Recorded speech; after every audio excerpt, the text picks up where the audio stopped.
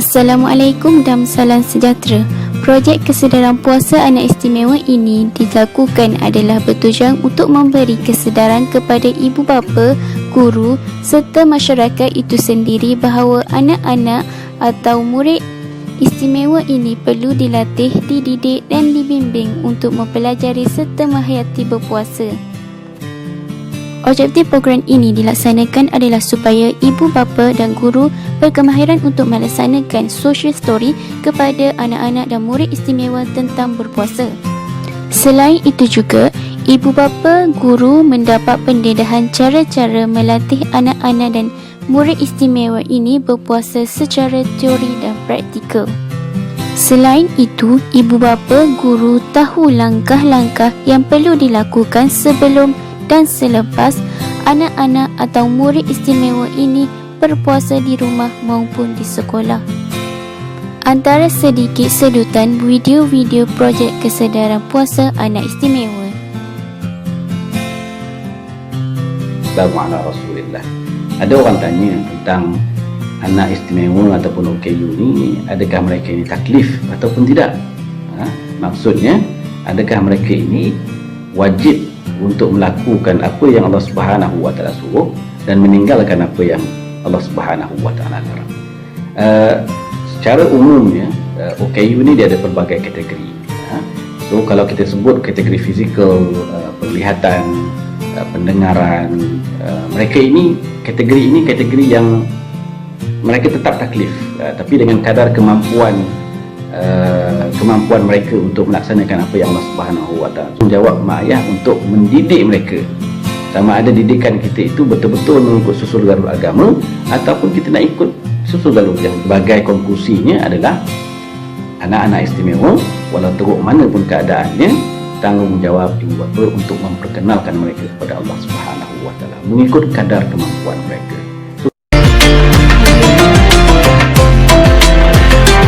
Social story. Okey, social story ini bermaksud penceritaan sebelum kita memberikan pengalaman yang baru kepada murid kita. Sebagai contoh, berkaitan dengan puasa. Okey, social story ini perlu dilakukan, kebiasaannya kami guru di paket akan menceritakan seminggu sebelum untuk menjalani ibadah puasa. Dan kalau tak dapat seminggu pun dapat, contohnya esok nak puasa, okay, malam tu pun boleh untuk bersosial story dan menceritakan tentang apa itu puasa. Okay. Jadi kita akan tunjuk apa-apa yang berkaitan dengan untuk social story kepada anak-anak istimewa atau murid istimewa ni perlu kepada bahan visual. Contohnya gambar. Okay, contohnya gambar di atas lah. Contohnya gambar di atas menunjukkan, okey, ni pukul 10 niat puasa.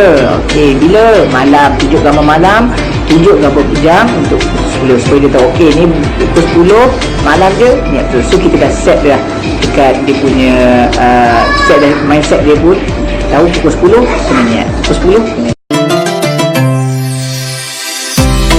Mungkin ada ibu bapa yang mengatakan anak mereka ni akan tantrum, mengamuk bila tidak diberikan makanan, kalau lapar selalu fikir makanan apa semua kan. Jadi di sini berdasarkan pengalaman saya, ada beberapa carangan aktiviti yang kita boleh lakukan bersama.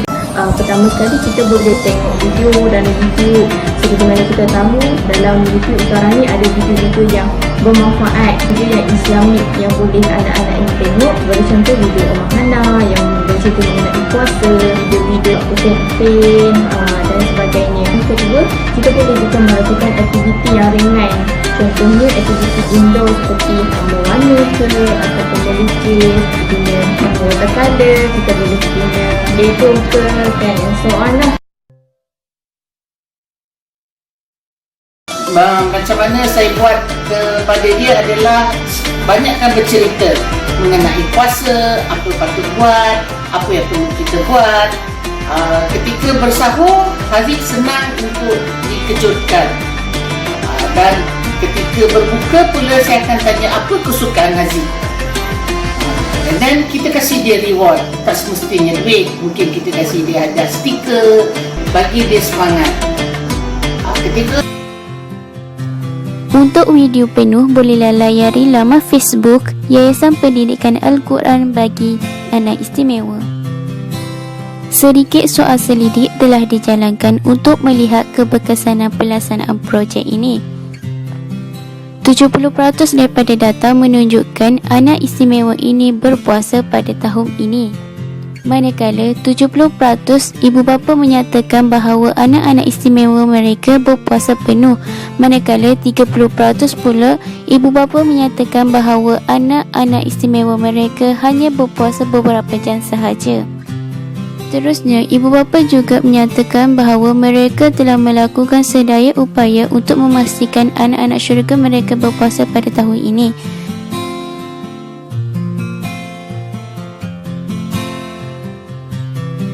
Ibu bapa juga menyatakan bahawa mereka telah melakukan beberapa aktiviti yang telah dicadangkan untuk dilakukan bersama anak-anak istimewa mereka untuk mengelakkan anak-anak istimewa mereka ini untuk makan. Tapi itu juga, ibu bapa telah menyatakan bahawa video projek ini telah membantu mereka untuk melaksanakan puasa kepada anak-anak istimewa mereka.